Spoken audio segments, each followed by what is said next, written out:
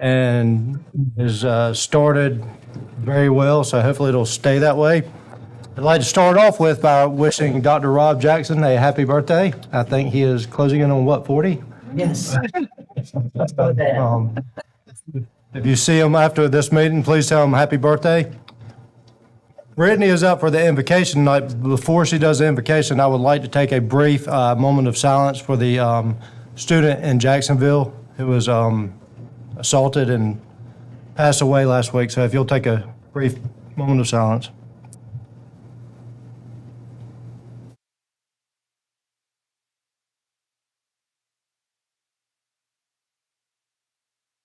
All right, thank you so much for that. Now we have Brittany Wheatley for our invocation. Please stand. Dear Lord, please bless this meeting with your wisdom and love. Help us to be open-minded and to listen to others with respect. Allow us to be mindful of the needs of others and to respond with compassion and love. We are grateful for the opportunity to come together as a group of people who share a common goal. We pray that you will guide these discussions today. In your name we pray. Amen. Thank you, Brittany. And now we're going to have the Pledge of Allegiance by the White Oak Elementary School. And Dr. Crystal Howard will introduce them. Thank you. We have Leighton Draper. He is a second grader, and we have Adeline Draper, and they are representing our White Oak Wildcats. They are both model students, high academic achievers, and always willing to help their teacher in their classroom. So they are ready to lead the pledge. And I was the only one in the county who got Yes, he got 100 in his testing last year at the end of first grade. He was ready? Turn around, they will face this way, okay? Let's see. Start when you're ready. I pledge allegiance To the flag of the United States and to the republic for which it stands, one nation, under God, indivisible, with liberty and justice for all. Great job. Good job. Dr. Howard. Oh, yeah, y'all got to get pictures. Y'all come back here. New to this. Y'all come here. I'm that awesome. Come stand up here so we can get pictures with everybody. We're going to put this up. Leighton, my friend, this is for you. Very good. Congratulations. And Adeline, did I pronounce that right? Perfect, that's for you. I'm going to have it here.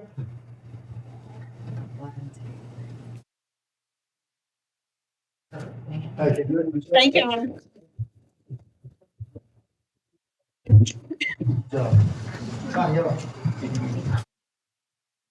Ready to stay.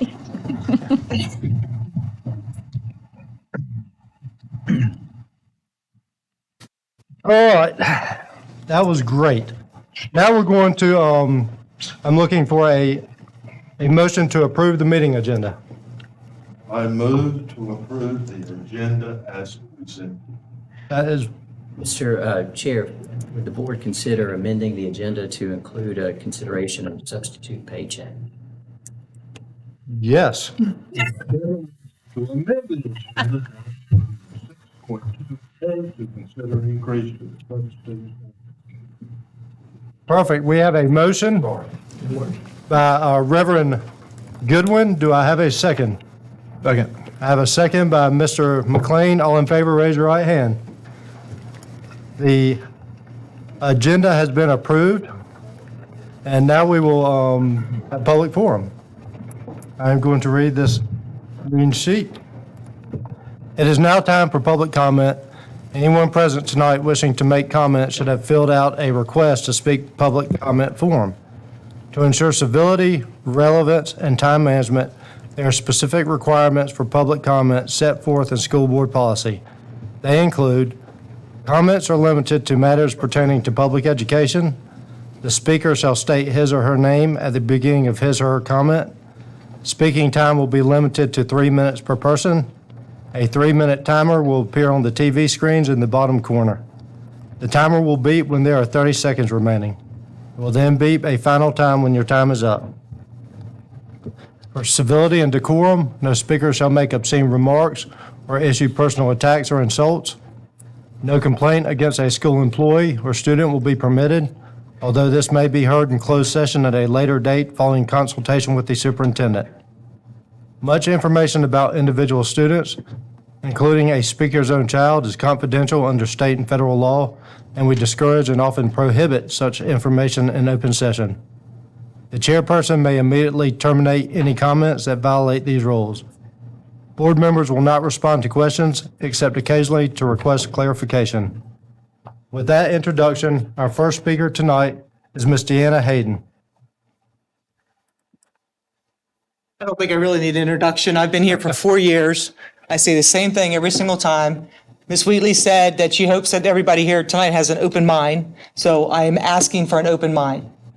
For 4 years, numerous meetings have come here, and in the first year, year and a half, it was funding. Since the funding has been taken care of, nobody on this board has been able to explain to the math students, the family, or the community why we cannot have the early college high school. The success rate at that school is 10 times, if not more, than the current program that you're trying to get Mr. Pelosi to reincorporate. I saw his board, I saw his wall, I saw that. All you're trying to do is move the current program that you have at the 3 high schools, because it doesn't really take effect to the junior, senior year, to that's what you're going to do. The kids are not getting their certifications. The kids are not getting their dual enrollment time in class in the program. You need that school. That school allows the kids to be in there. It allows them to get more access to the classes and the opportunities that they have it. Again, nobody up there on that board can tell us what's wrong with Mass High School. Just it needs to go away. Why? What is wrong with it? When I confronted every single one of y'all at another board meeting about the National Athletic Association for North Carolina talking about doing away with it because there was issues with it, every single one of you said, they shouldn't do away with it, they just need to fix what's wrong with it. Well, why can't y'all do that with Mass? We're going to have a program which doesn't work. If it worked, they wouldn't be asking for Mass to be done 4 or 5 years ago when y'all first approved it. These kids are thriving out there. They're doing amazing. My son, $25 an hour. He's 18. He's getting ready to buy a house. He bought a new vehicle because of the Mass High School, because he got a diesel certification and he got his welding certification. You guys aren't doing it with the rest of these kids in the high schools. Y'all are failing Croatan, you're failing East, and you're failing West by doing away with Mass High School. Those kids can thrive if you put them in there. East, West, and Croatan are all overcrowded. Guess what? You got Mass High School could take 200 kids very easily. That would solve some of the overcrowding, wouldn't it? Or we could redistrict. That'd be kind of cool. But I can see you've tuned me out. I'm watching a couple of y'all just going around going, okay, Miss Hayden's got about 20 more seconds, but I'm still going to vote to close it down. Seriously. That's all we want. That's what this reporter wants right there. She wants to know why. What is the reason? And y'all's backdoor deals or whatever it is failing the community. Thank you, Ms. Hayden. Next up, we've got a Mr. Jimmy Walker.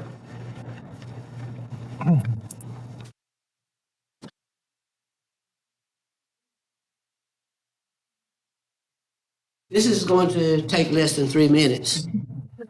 My name is James H. Walker Jr., and I live at 1503 Bay Street, Morehead City. And what I'm going to do is give you a handout. Hopefully that will spur some conversation. Looking at the editorials in the paper, one written by Ms. Burke and one written by Ms. Lockwood Phillips, it talks about intervention and the need for some intervention in the county because the students are behind. Maybe this will spur something, maybe not, but we'll see.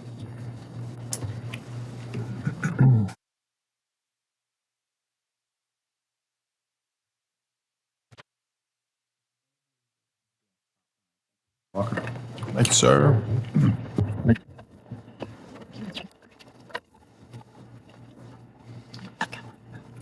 Thank you, Ms. Walker. This program has been in place since 2012.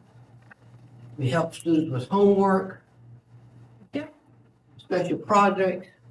The biggest thing is helping them with Wi-Fi because a lot of students do not have Wi-Fi.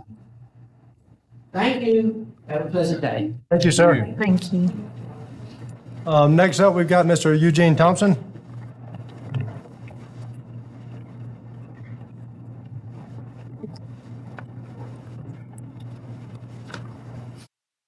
Good evening, Mr. Chairman and members. I am Eugene Thompson. I have 2 students at Mast and 1 at West. I come before you today to support Mast Early College High School and an opportunity for current and future high school students of this county to receive an early college education. I believe it to be a disservice to the students for you to end this form of education. This has been beneficial for my 2 daughters that have attended it since their freshman year, and I wish for my son to have the same opportunity. I don't want to see you take that opportunity away from him and the other students that will come years after this. As I've attended meetings, I hear and see little discussion when it comes to votes by this board. Usually it's a motion, it's seconded, and y'all vote right away. I hope to hear and see each of you discuss your reasons and your rationale for taking the action that you're taking tonight on your level. Because I think you owe it to the citizens of this county to tell us why. I haven't heard anything besides financial, and that was started in 2019. Back in April when the study was asked for, no reason, let's just have a study to close the school after the class of 2023.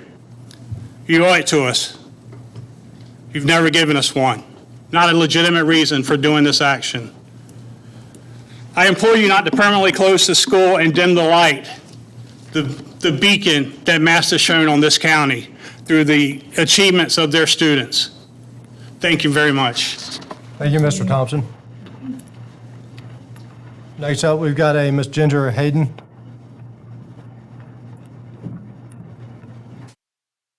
Hello, everyone. My name is Ginger Hayden. I am the daughter of Deanna. Obviously, if you can't tell. But it's, in my opinion, I find it really ridiculous that we have to come basically every year to fight for our school. When our first year, we had to come here to fight.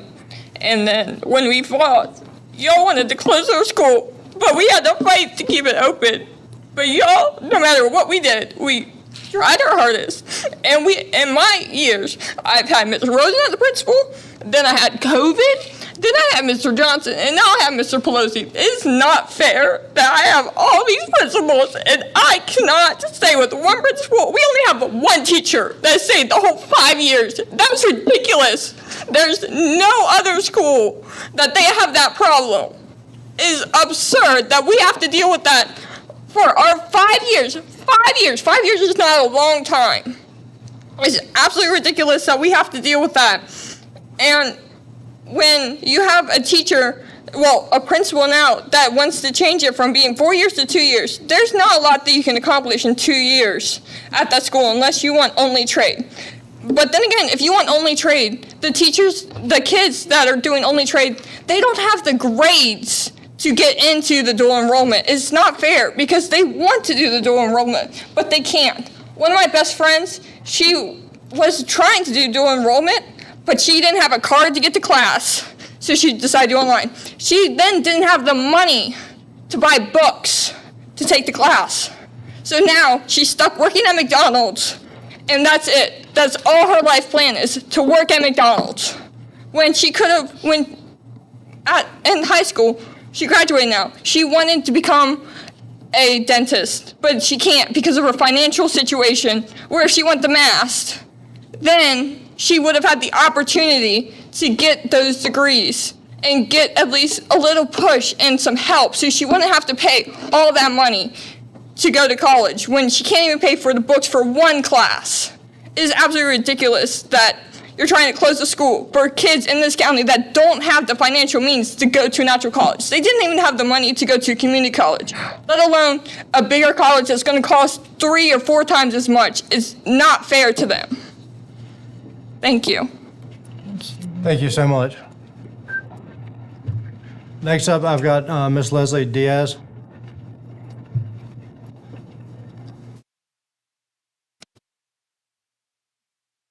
Hello, my name is Leslie, and I am here to advocate that Mast is an amazing school that offers great opportunities and should continue running.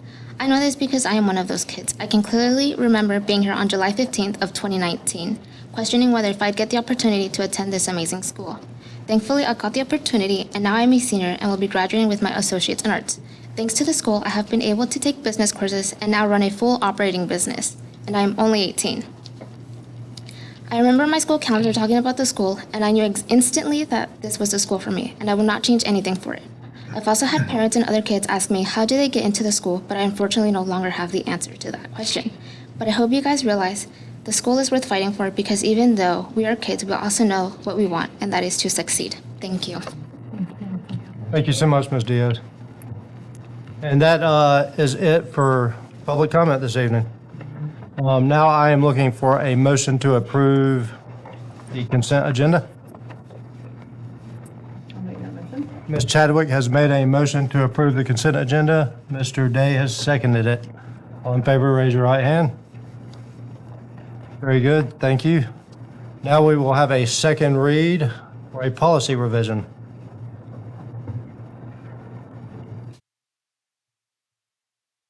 Good evening, Board.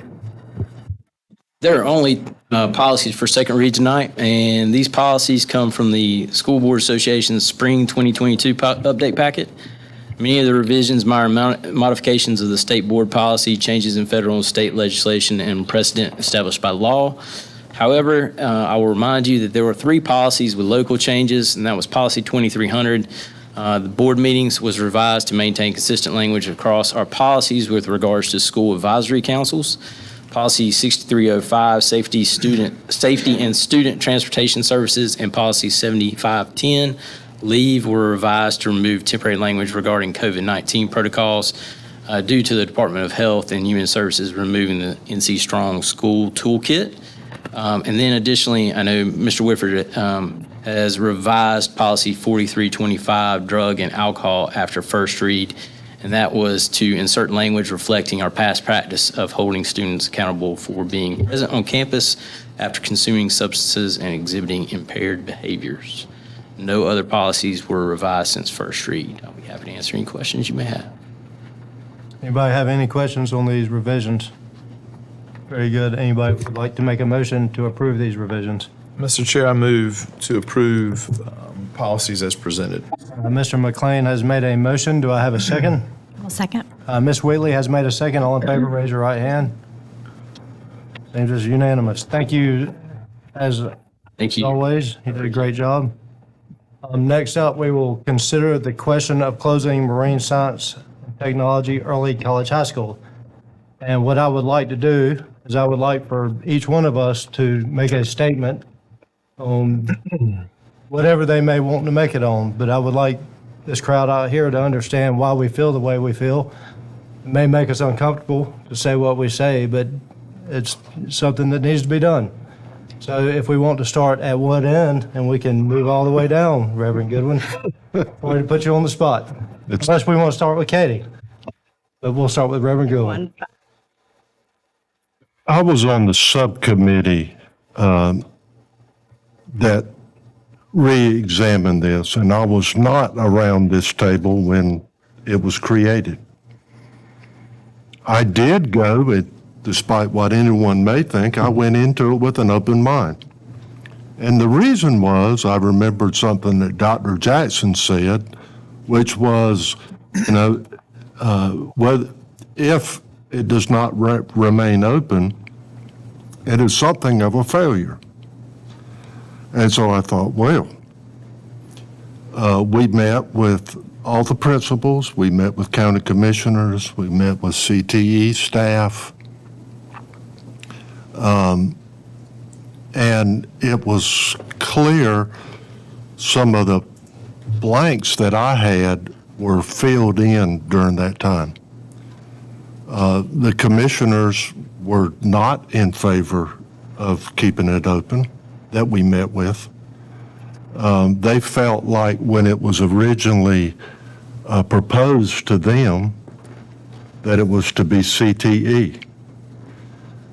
And without knowing all the facts of 4 years ago, it became something more than just CTE. In fact, that was a minor part of the program.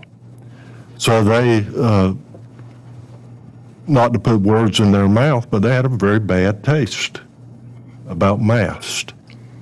We asked for the current principals at the time, how did they feel about it?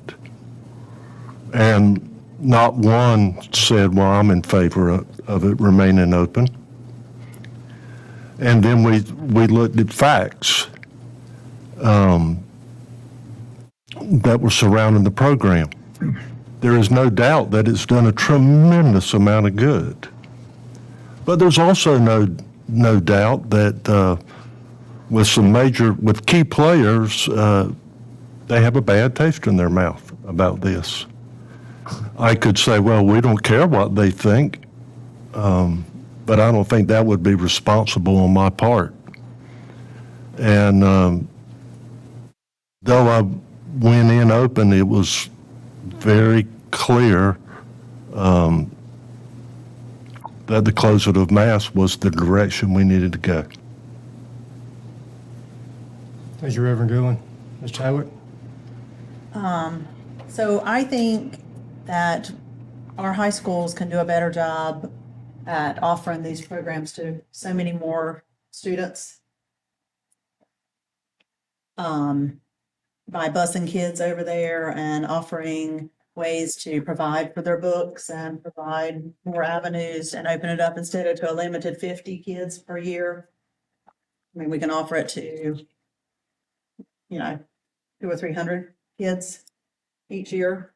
Opportunities to get trade certificates or college credits. So I just think there's a better way with more opportunities by doing it through our local high schools. Thank you, Ms. Chadwick. Ms. Whaley? I've had a long time to think about this, several years actually. When I first started on this board, it was December of 2018. When I was going into my freshman year of high school, my mother was a single mother, and I knew that I wanted to go to college, but finances were really tight. So I do sympathize with the students of Mast and those, like Ms. Hayden was saying, her friend who could not afford to go to college. But I've had a lot of time to think and a lot of time to look over the studies, multiple studies. And I was one in the beginning who said it was funding, because in the beginning the state did promise funding, and then they took away funding, and then they promised more funding, and they promised less funding. It's been all over the board. And so I am one who did say funding in the beginning, and I completely stand up for that. But with that being said, after we've looked at several studies, in one of the last studies, it mentioned that we had 30, I believe it was 30 associate degrees at Mass, which is amazing. That's absolutely amazing. And that's what I want students to be able to have. I want them to be able to have the opportunity to get those associate's degrees and at a less expense. But it also struck me odd that we had 0 at the high schools, like you were saying, Ms. Hayden. And so I feel like we're missing a link. I feel like we do need to look at things, and we've had time to think about this and talk about this, but we do need to look at situations with dual enrollment where we're allowing more students that opportunity. But by doing so, I do agree that we need to lessen some of our restrictions, because it's not fair for the students who want the trades and want to be able to do things like Ms. Hayden, whose son is making $25 an hour. I want to give the opportunity to a lot of students, and I want to make it a lot more accessible for a lot of students. And I think we can do that, but I think we all need to come to the table. We have a great relationship with the community college, and I really think we need to have serious conversations about how we're going to make that happen. And that's my reasoning. Thank you, Ms. Wheeling. I appreciate you. Mr. McLean? Well, first of all, I want to directly apologize to Mass students, to the Mass staff, to the parents, and to the community college. Nobody up here has made any decisions to intentionally hurt your career, and it's been incredibly disruptive, but that was never the intent. Masked, I was one of the only ones, Travis and I think were the only ones that started this discussion. And to Travis's credit, he's been very consistent with his position the entire time. I have not. But when Masked was started, it was 100% a vocational school. That's how we pitched it to the county commissioners, and that's how they supported us. It was going to be a vocational school. Now, you know, in order to get funding from the state, we had to have a certain number of students, and so this is all on us, completely our fault. We allowed in a number of students, and they have been wildly successful. Ridge is a great example, but there are a lot of other stories out there too of wildly successful students.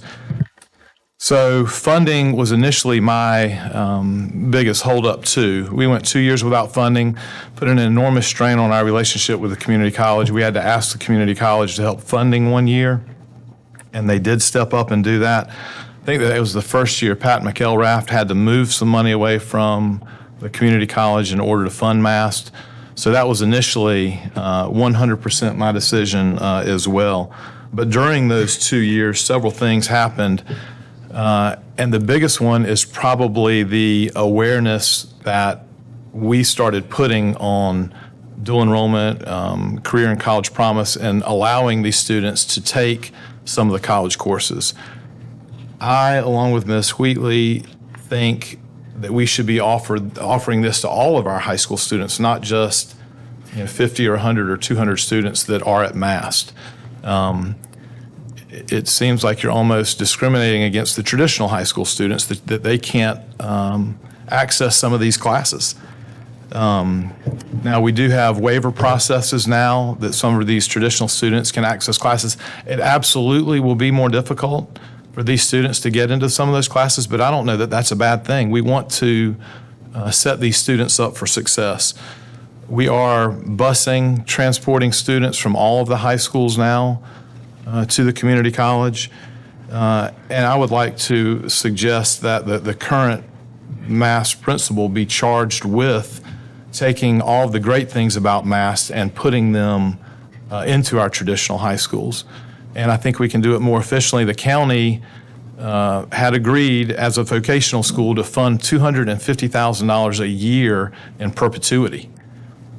And I don't think that we've held up our end of the bargain. I don't think that and this is certainly not a county commissioner decision. This is our decision based upon us not holding up our end of the bargain.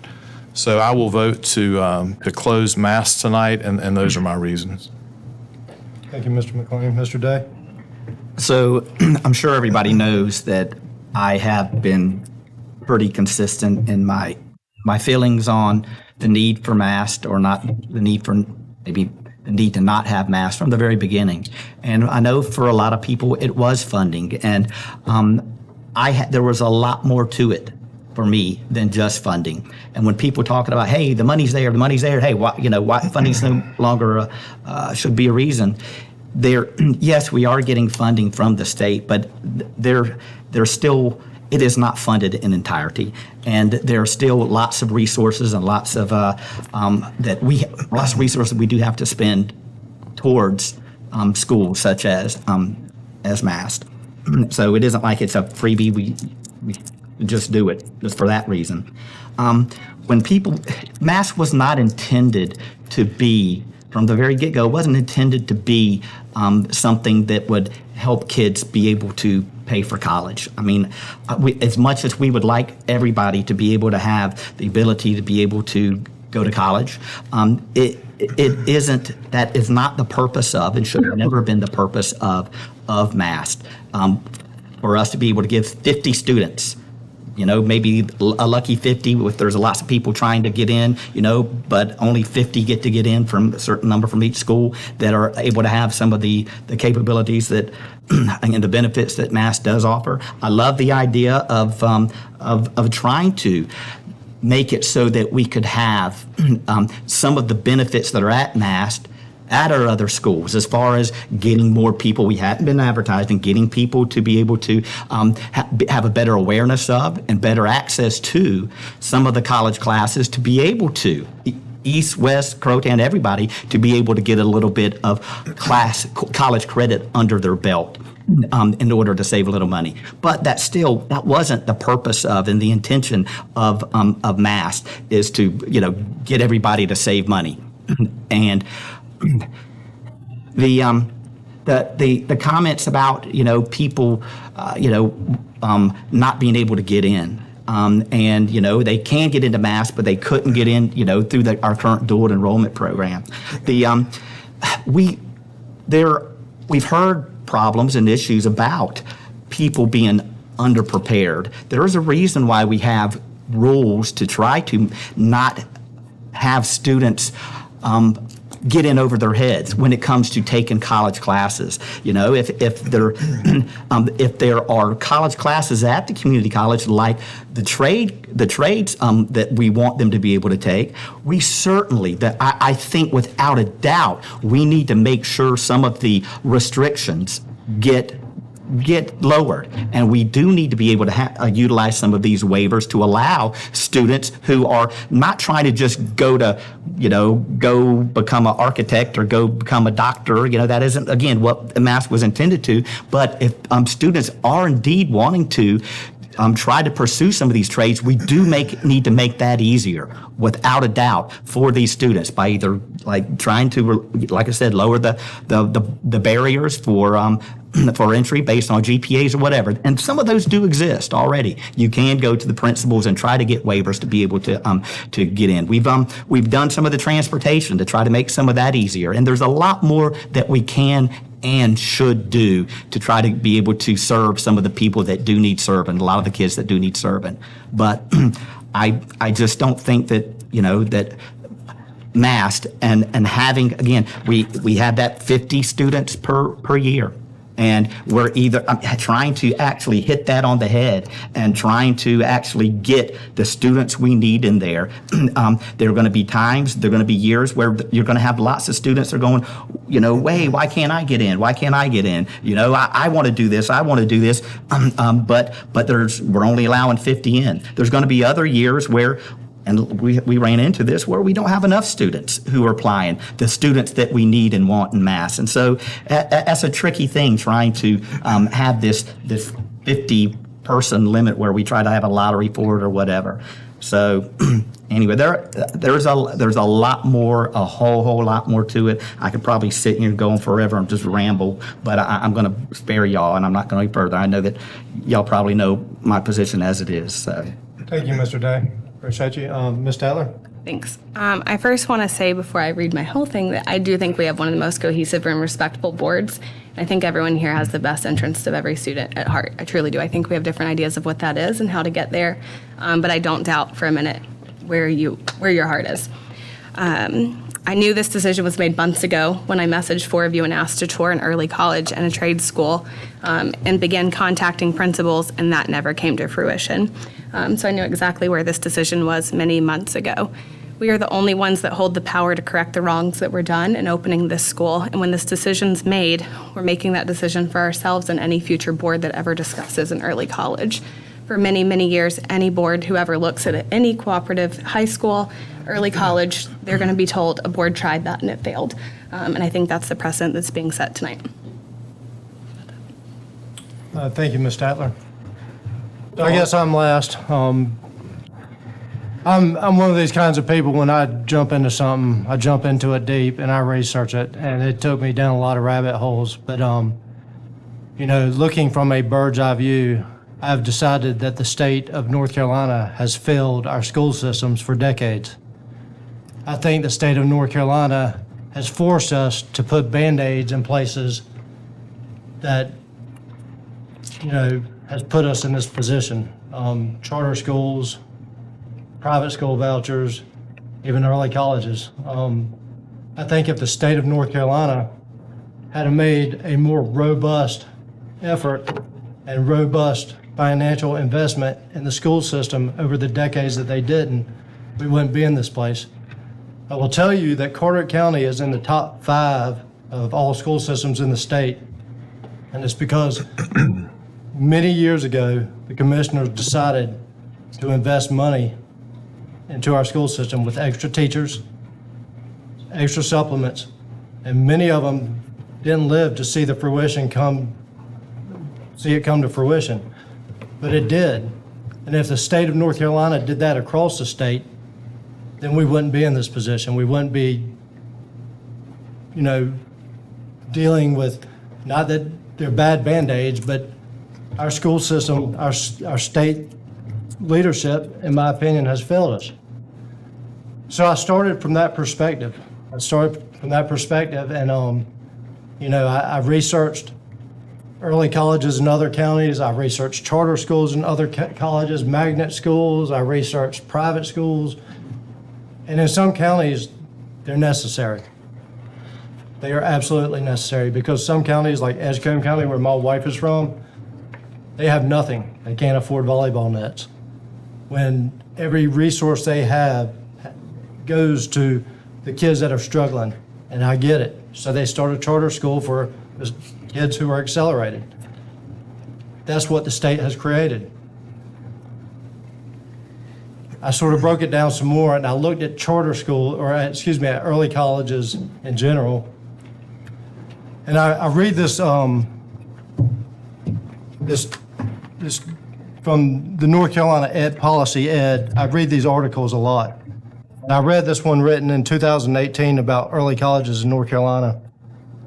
And I read it after we did our little meetings with everybody else, and all it kept talking about was personalized education and how great early college was because it was personalized education. And that gets me fired up, because that's what I want. And I'm so happy that these kids at all early colleges have that. But I'm going to tell you that I was reading the application for early colleges. And it's high school students at risk of dropping out, high school students with parents who did not continue education beyond high school, and high school students who would benefit from accelerated academic instruction. And my daughter doesn't fit any of those. And my daughter struggles, and she needs personalized education as well. So tonight, I'm going to sit here and tell y'all that I am also going to be the biggest advocate and proponent to make this mass personalized education mentality permeate through our whole schools. Because if my daughter, she represents 1,500 kids who don't get this. And I appreciate all the children and school kids who advocate for this program, because obviously it's done you great. And I love that for you. But I want it for my daughter and the other kids that she represents. So that will be what dictates my vote tonight. With that said, do I have a motion? Mr. Chair, I move to adopt the following resolution. And I don't know if we can put the order of closing on the screen or not. If not, I'll read slowly. But Carteret County Board of Education, order closing Marine Science and Technologies Mast Early College High School. Findings of the Carteret County Board of Education pursuant to North Carolina General Statute 115C-72.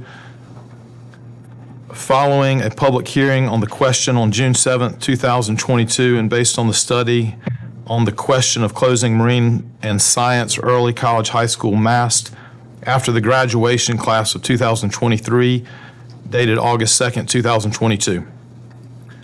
Number one, North Carolina General Statute 115C-72 may not or does not apply to the closing of a cooperative innovative high school, but a study pursuant to that statute informs the board on the proper course of action. Number two, Marine Science and Technologies Mast Early College High School, known as Mast, is a cooperative innovative high school formed pursuant to Chapter 115C, Article 16, Part 9 of the North Carolina General Statutes by the Carteret County Public School System and Carteret Community College, and first opened for a 9th grade class of 50 students for the 2018-2019 school year, which is the class of 2022. Number three, approximately 50 more students were enrolled as freshmen in Mast for the 19-20 school year, which was a class of 23. Number four, the first 2 years of the operation of Mast experienced uncertainty over state funding. Then as the 1920 school year was closing, the entirety of the Carteret County public school system, including Mass, was significantly disrupted by the COVID pandemic. Number 5, enrollments of freshman class for the 2021 and the 21-22 school years were suspended by action of the board. Number 6, through no fault of the Mass faculty and administrator, and certainly through no fault of the students, Mass did not have a smooth launch. Nonetheless, the students at Mass have excelled in academics and trade certifications. Number 7, in any study involving the closing or consolidation of any public school, local boards of education shall have in mind primarily the welfare of the students to be affected, geographic conditions, anticipated increase or decrease in school enrollment, the inconvenience or hardship that might result to the pupils to be affected, the cost of providing additional school facilities in the event of such closing or consolidation, and such other factors as the board shall consider germane. Number 8, the current Mass students, those in the class of 23, will not be materially impacted if the school closes after their graduation at the close of the 22-23 school year. 2 groups of students who might be impacted in the future are students who might apply to attend Mass and students who would not apply to attend Mass. Number 9, if Mass is closed, all students attending high school in Carteret County will be assigned to one of their 3 traditional high schools, those being Croatan, East, and West Carteret. Number 10, all 3 of our traditional high schools have earned U.S. News Best High Schools banners. All 3 met or exceeded state growth expectations on 2021 state assessments, and all 3 were awarded the North Carolina Department of Public Instruction's Purple Star Award for service to military-connected students and families. Number 11, all students who might have applied to attend Mass in the future will be appropriately served in the 3 traditional high schools. Attendance in the traditional schools by students who might otherwise have applied to Mass will have no negative impact on students who would have no interest in attending Mass. Number 12, for most students who would otherwise attend Mass, transportation times from their homes to school will be reduced if they attend their attendance zone schools.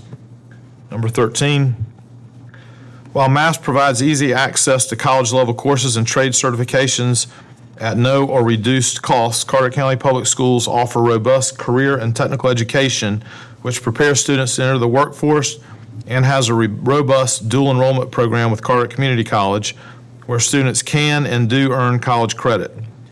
While it is somewhat easier for younger high school students in a cooperative, innovative high school to gain entry to some of these college-level courses through close work between the traditional high schools and the local community college, barriers to the younger students to take college courses can be lowered. Also, local school boards can budget for covering costs of its students to dual enrollment. Number 14, there will be no appreciable negative impact on the welfare of students with the closing of Mass. Number 15, there will be no additional faculty members needed in the traditional high schools by closing Mass, and therefore no additional expense. Number 16, there will be no additional school facilities needed by absorbing students that otherwise might have attended Mass, and therefore no additional cost for providing facilities. Number 17, by closing Mass, Carteret County Public School System will lose supplemental state funding for approximately $180,000 annually. Number 18, the Carteret County Board of Commissioners, the agency that funds much of Carteret County Public School System's capital budget and some operating expenses, supports closing Mass after the graduation of the class of 2023.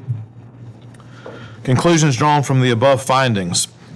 It is the judgment of a majority of the members of the Carteret County Board of Education that the closing of Mass will better serve the educational interests of the Carteret County Public School System.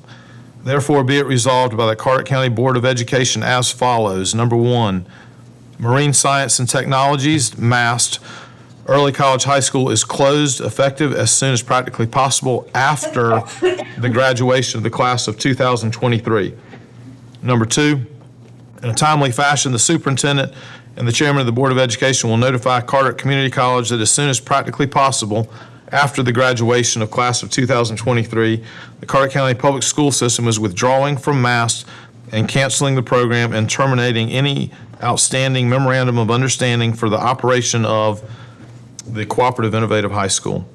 Number 3, the superintendent is directed to notify the State Board of Education, the North Carolina Department of Public Instruction, and the North Carolina Department of Community College that Carteret County Public School System is closing MAST after the graduation of the class of 2023. Number 4, the superintendent is encouraged to A, work with Carteret Community College to lower enrollment barriers to dual enrollment for as many high school students as possible. B, work with Carteret Community College to maximize college course offerings for our high school students within the existing academic framework. C, work with Carteret Community College to provide as many course offerings as possible for our high school students and vocational courses that were available to MAST students. D, devise and recommend to the board a means of transporting high school students to Carteret Community College for dual enrollment courses. E, include in future budget proposals a means for providing access to Carteret Community College dual enrollment at no cost to students. Adopted September 6, 2022. I have a motion on the floor by Mr. McLean. Do I have a second? Second that motion. I have a second by Ms. Whately. All in favor, raise your right hand. 6 in favor. Any opposed? 1 opposed. It passes. Thank you.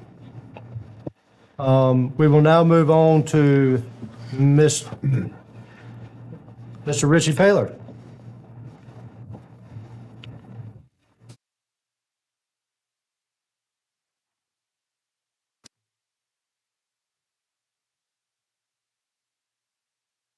Good evening. We accepted bids on August 31st for 5 security walls at 5 sites, and that would be Beaufort Middle School, East Carteret High School, Moorhead Elementary School, Moorhead Middle School, and Down East Middle and Smyrna Elementary School. The bids came in, and contractors could bid on the 5 jobs separately, or they could bid on all the jobs together. 3 contracting companies bid on this particular project. 2 companies bid on individual projects, and 1 company just put in an overall bid for all 5 projects together. There was also an alternate bid that was placed in there, and that had to do with Moorhead Elementary School. The front entrance at Moorhead Elementary School, which is we wouldn't really call it a security wall, but it encloses that front part of Moorhead Elementary School.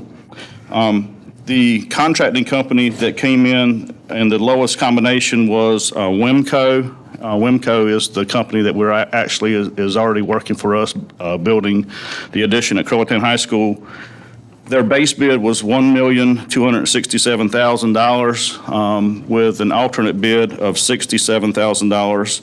So that would be a total of $1,334,000 that we're asking for to be approved so that we can move forward with this safety project. Any questions? Mr. Chair, I move to approve the security bid as presented. I have a motion by Mr. McLean. Do I have a second? A second. Mr. Day has made a second. All in favor, raise your right hand. This is unanimous. Thank you. You're still up, though? Yes, sir. We also received bids on August the 24th, and this was for the Carteret Preschool Center addition. So there we're going to demo the building, the old house part, and build back a new sort of activity room. For this particular bid, there were 3 companies that bid on it. No, actually, I'm sorry, there were 5 companies that bid. The low bid came from the IMEC group, and that bid was for $863,000. I read that they're a newer company but have been well received by the projects they have done. Were you surprised by the spread in those numbers? We were. We were actually pleased at the number that came in. Mr. Height did the background checks and got very positive references for this company that is a fairly new company out of Goldsboro, but they have done some major projects. He got very good reviews. Will that be on the same footprint as the current building? It is, Okay. yeah. Not exactly, but pretty much, yeah. So will they do this construction during this next summer? No, it'll take place as soon as y'all give us the nod. Tomorrow? Yes. How do they do it without displacing the children? Because the part that we're demoing and replacing, kids don't go over there now. Is that far building? Yeah. They stay in what's called the Big Rock building for the most part, which is the far left side. Very good. Any other questions for Mr. Paler? Start our security fences too. Yes. Yes, ma'am. Mr. Chair. Your pardon. Yeah. I move to approve the replacement of the auxiliary building bid as presented. Mr. McLean has made a motion. Do I have a second? Second. Who was first? I will give Ms. Statler this one, and you can do the next one, Ms. Chadwick. I have a second by Ms. Statler. All in favor, raise your right hand. Very good. It passes unanimously. Thank you, Mr. Paler. I appreciate your everything you do to stay on top of this. Ms. Carswell is up. Yes. How exciting.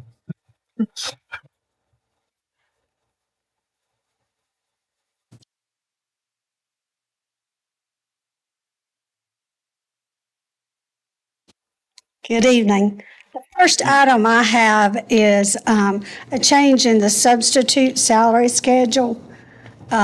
This year, 22-23, the legislators voted to have $15 an hour minimum for our employees, and that included substitutes.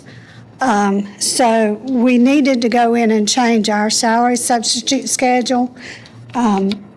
Substitutes with effective teacher training, that rate would be $112.50 per day. Last year, it was $81, so that's an increase of $31.50 a day. The second is our certified substitutes, and we have set that at $130 a day, which is an increase of $25 over what we were paying last year. The cost to this, to the local budget, will be around $250,000. Any questions? Any questions? No, I think this is very long overdue to have I agree. substitutes. So we've got to approve this, don't we? Yes, sir. Okay, do I have a motion? I'll make that motion. Ms. Chadwick has made the motion. Do I have a second? Second. I have a second by Mr. McLean. All in favor, raise your right hand. Very good. It passes unanimously. Thank you. We've got one more thing, correct? One more thing. We have the budget resolution for 2022-2023, and at your place, you should see a revised copy, and this revised copy includes the $250,000. So that's already included in this budget resolution. This budget resolution includes the $15 an hour minimum for our employees. It includes a retirement rate increase from 22.89% to 24.19%. And our health insurance from $7,019 a year per employee to $7,397 a year per employee. The first is our current expense budget. And as I've heard several times in here, this is the appreciation our board has for the county commissioners and how well they fund us. This is an increase of 7.15% at $28,098,826. The next is the state public school fund, and this is an increase of 6.14%. Now keep in mind, this 6.14%, that includes all the $15 minimum hour for our state employees. It includes the retirement increase, and it includes the health insurance increase. And what I'm trying to say here is there's a lot of unfunded mandates here. So I just want to stress that. So the amount for state is $53,400,000. $495,862. And again, that's a 6.14% increase. The next fund is our federal fund. This is $18,356,128, which is an increase of 4.78%. Can you repeat that? I'm sorry, 4.78. And the next, our capital budget, $2.1 million. And this is a decrease of 21.79%, but that's due to the technology funding that we have been able to fund our one-to-one through our ESSERS funding.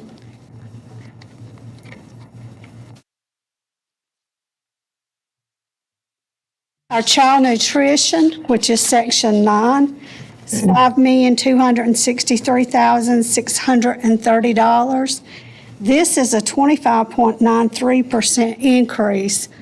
But if you go to the grocery store anytime, you know what that increase is for. And the increase is for the cost of food, cost of delivering the food.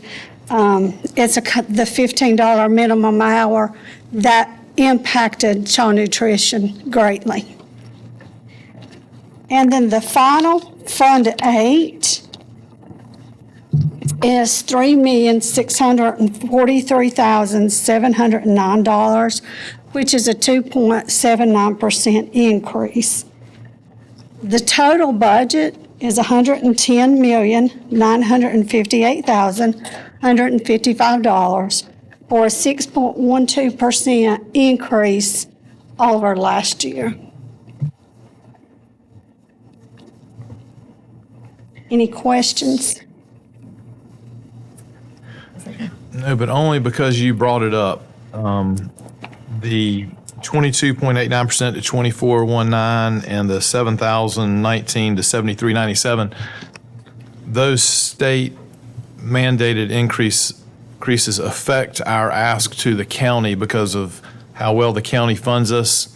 And I like to take this time, every time it comes up, to explain that to taxpayers, because when the state increases all of their costs, it affects us locally. It does. And with us just keeping status quo, we increase our budget request to the county by several $100,000 every year, and that's not going to stop. Because all of our staff is not paid out of state money. Correct. Yeah, thank you. But thank you for keeping all this organized.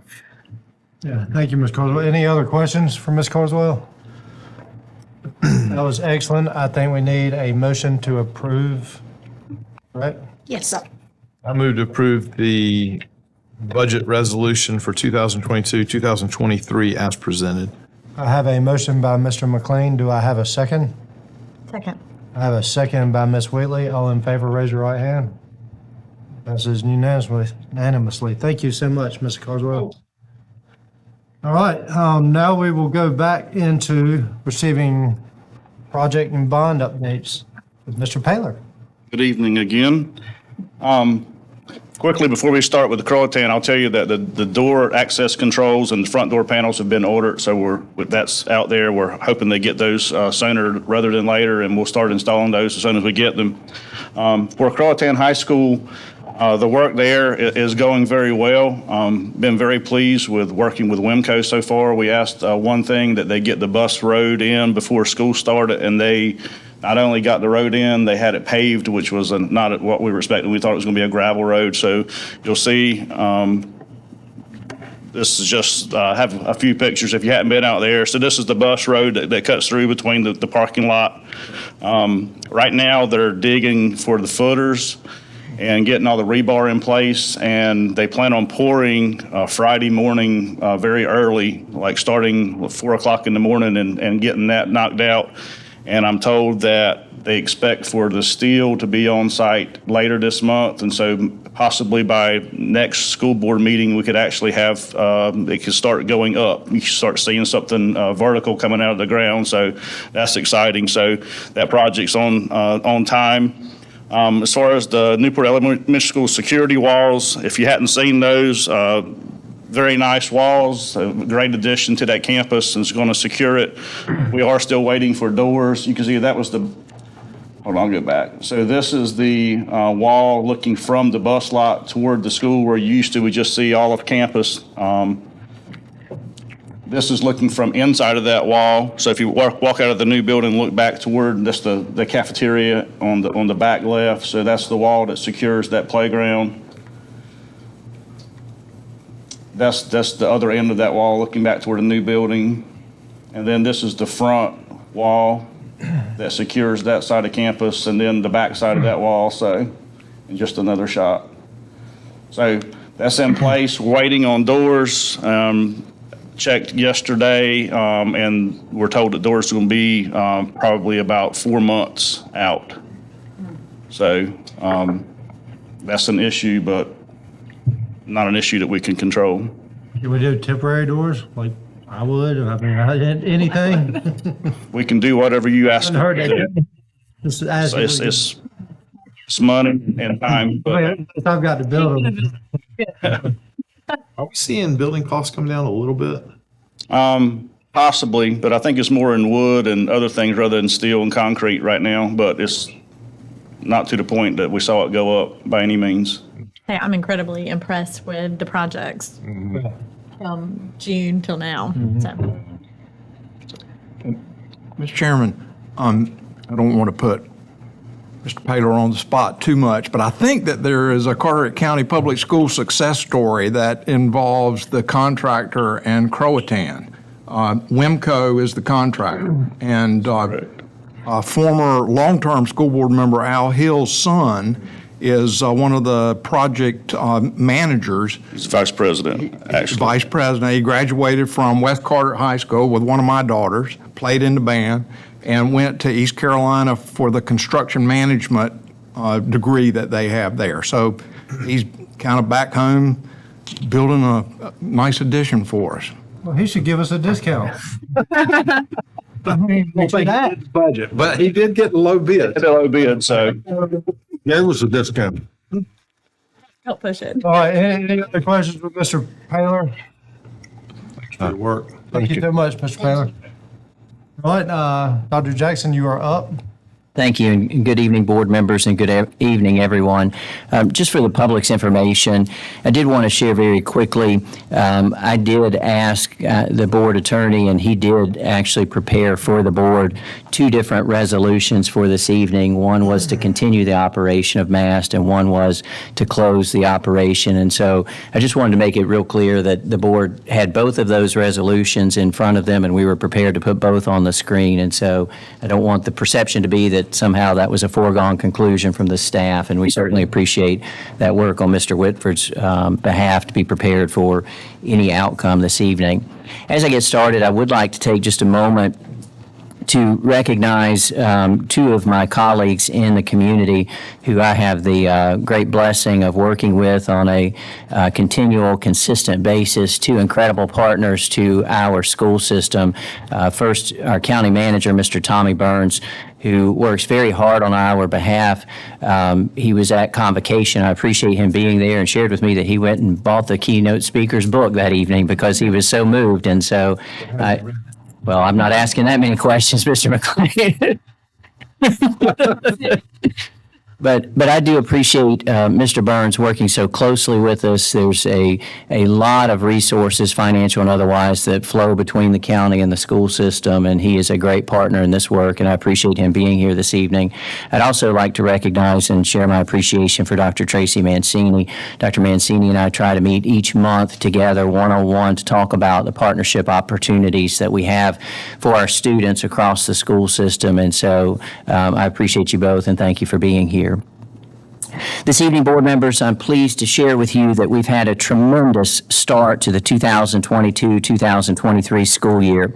Our administrators worked hard throughout the summer, and our teachers and staff returned in August and immediately got to work preparing for the best school year ever. Their hard work was clearly evident in the seamless start to the year last week. Visiting schools and in classrooms, the Central Services team has noted the energy, the excitement, and the enthusiasm in each school from Cedar Point to Cedar Island. State assessment results were released last week through the State Board of Education. We have much to celebrate in last year's state assessment results. A direct comparison to the state results vividly illustrates the success our students achieved during the 2021-2022 school year. For the 2021-2022 school year, across the state, 69.6% of schools met or exceeded growth. Here in our school system, 87.5% of our schools met or exceeded growth, almost a 20% difference. Across the state, 22.8% of the schools earned a performance grade of A or B. Here in our school system, 47.1% of our schools earned a performance grade of A or B. Again, 20% or more of it, a gain over the state. Across the state, 864 schools, or 42.3% of schools in our state, were designated as low performing. Here in Carteret County Public Schools, 0 schools were designated as low performing. Let me restate that. 42.3% of schools in North Carolina were designated as low performing in 2021, that school year. 0 schools in the Carteret County Public School were designated as low performing. That is a testament, an absolute testament to the dedication, experience, and expertise of our faculty and staff. Their hard work, along with strong partnerships with families and the community, are the reason for the student success we witnessed last year. We know we still have work to do, and we are not yet satisfied, but it is appropriate to take a moment to celebrate the hard work of our students and our staff. Today marked the 6th day of school. As of today, 7,933 students are enrolled in grades kindergarten through 12th grade. This represents an increase of 113 students since this time last year. Enrollment has increased annually for the last 3 years. Additionally, market share analysis indicates that the school system increased its market share by 1%, the first increase in over 10 years. I believe that our growing enrollment and increasing market share clearly indicate the satisfaction of our parents and families and demonstrate the strong reputation our school system has earned. I'd like to thank again our county commissioners and our municipal leaders for their support in helping to fund a school resource officer in each of our elementary, middle, and high schools. Beyond helping to keep our students and staff safe, these officers are incredible role models and contribute greatly to our campus communities. Next week is National Arts and Education Week. We look forward to celebrating our student and staff artists throughout the school system. Board members, on behalf of our teachers, administrators, and staff, we will continue to light the way into a brighter future for our students. We have been, we are, and we will remain Carteret strong. Mr. Chair, this concludes my comments. Thank you, Dr. Jackson. That was excellent, as always. Do I have any comment from any board members? No comments from any board members, okay? I just, one thing very brief. Going to some elementary open houses that's more fun than going to the state fair. It is. The teachers are excited, the kids are excited, the parents are excited. The rooms look great. It was just such a joy to be there, walk from class to class and speak to folks. And that was the fun part. And I bet it's a joy having you with your big smile walk in there. Oh, well, look, just tell them how wonderful it looks. I don't remember classrooms looking that good when I was. All right, any other comments from board members? I will very quickly, we're in the midst of, the state of North Carolina is in the midst of going over a new licensure and compensation package. I would ask that everybody in this room take your time to get to know it well, and so we can answer questions with correct knowledge. So that's going to be a big deal. Is we don't want to support something that that doesn't benefit our teachers, but if we find that it does and we need to support it and advocate for it. So please, take your time, be thoughtful about it, and let's study this. I would like to also thank Leighton and Adeline Draper. That was awesome what they did tonight. I love having our kids come in here and do the Pledge of Allegiance. It just makes my heart warm. I might bring my daughter in here. Y'all hear me talk about her all the time. I might get her to come do it sometime. And our next regularly scheduled Board of Education meeting will take place Tuesday, October 4th, 2022 at 6 p.m. And this meeting will be broadcast live on our YouTube channel.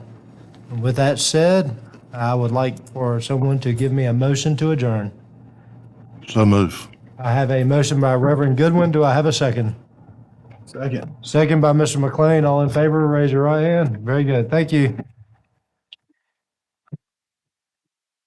You see that?